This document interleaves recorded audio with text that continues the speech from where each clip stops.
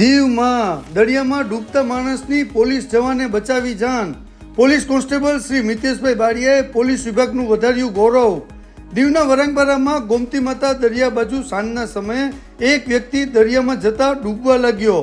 આ વાતની જાણ કોસ્ટલ પોલીસ વરાંગબારામાં થતા ફરજ પરના હેડ કોન્સ્ટેબલ શ્રી ધર્મેન્દ્ર લખમને તેની પોલીસની ટીમ સાથે દરિયા કિનારે ગયા. દરિયામાં આ વ્યક્તિ ડૂબતો હોય જેથી પોલીસ કોન્સ્ટેબલ શ્રી મિતેશભાઈ બારિયાએ તાત્કાલિક દરિયામાં છલાંગ લગાવી અને તેને બીજા અન્ય શખ્સોએ દોરડા આપી મદદ કરી. આ અન્ય શખ્સો ગોમતી માતા સ્મશાનના પ્રોજેક્ટમાં કામ કરે છે. આ સંયુક્ત પ્રયાસ બાદ આ વ્યક્તિને મહા મુસીબતે કિનારે લાવી જાન બચાવી. આ શખ્સ શ્રી રામજીભાઈ છે અને કોટરાનો રહેવાસી છે.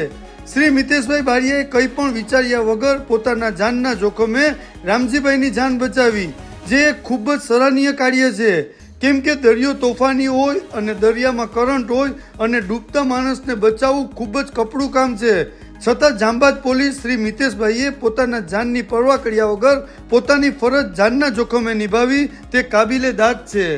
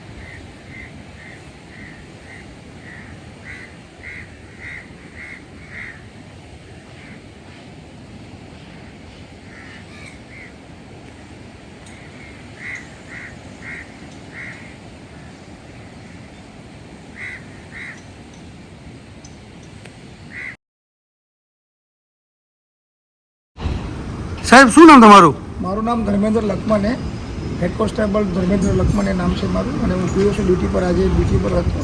શું ઘટના બની? એ દરમિયાન એક વ્યક્તિ જે 4:05ની આસપાસ આવ્યા અને એને જણાવ્યું કે કંઈક પાણીમાં એક ગોમતી માતા દરિયાની સામે એક માણસ ડૂબે છે. આ જાતની વાત કરતાં મારી સાથે પોલીસ કોન્સ્ટેબલ મિતેશ બારિયા જે ગાર્ડ ડ્યુટીમાં હોય એઓની સાથે લઈને તુરંત અમે દોડતા ત્યાં ગયા. એ વ્યક્તિને ડૂબતો હતો.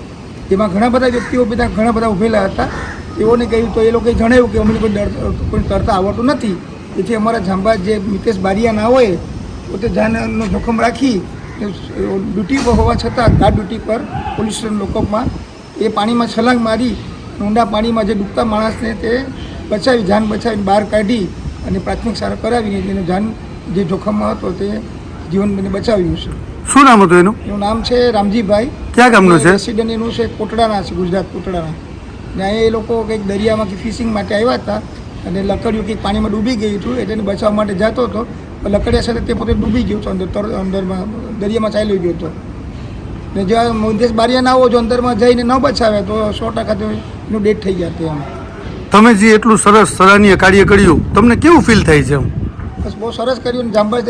હું તો મારા ઓફિસરને બી વિનંતી કરું છું કે એનું સન્માન ભર્યું જે એને જે આટલું બધું સાજભર્યું કામ કર્યું છે એનું અભિનંદન પાઠવવા જોઈએ, એનું સ્વાગત કરવું જોઈએ.